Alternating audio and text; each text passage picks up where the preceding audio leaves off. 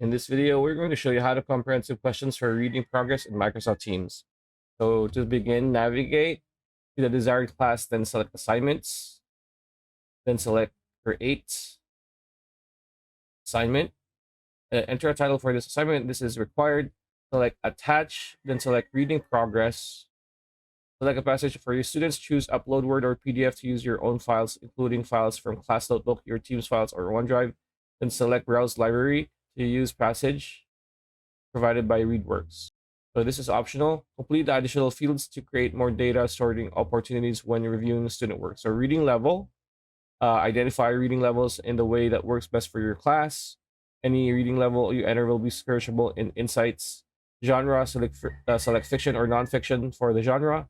Number of attempts, choose unlimited to allow students plenty of opportunities to practice, or select any number to limit attempts. Because if you just limit this will definitely have a motivation hit for them if they don't clear it within the number of attempts you set. So set unlimited. Pronunciation sensitivity. Specify how strict you'd like auto detect to be when listening and estimating errors. Choose less sensitive to leave more flexibility for pronunciation, and more sensitive to demand more exact reading performance. This setting is adjustable when reviewing student work. And yeah, that's pretty much it. That's the video. Hope you liked it. Like, comment, share, subscribe, ring that bell icon to see you on the next one.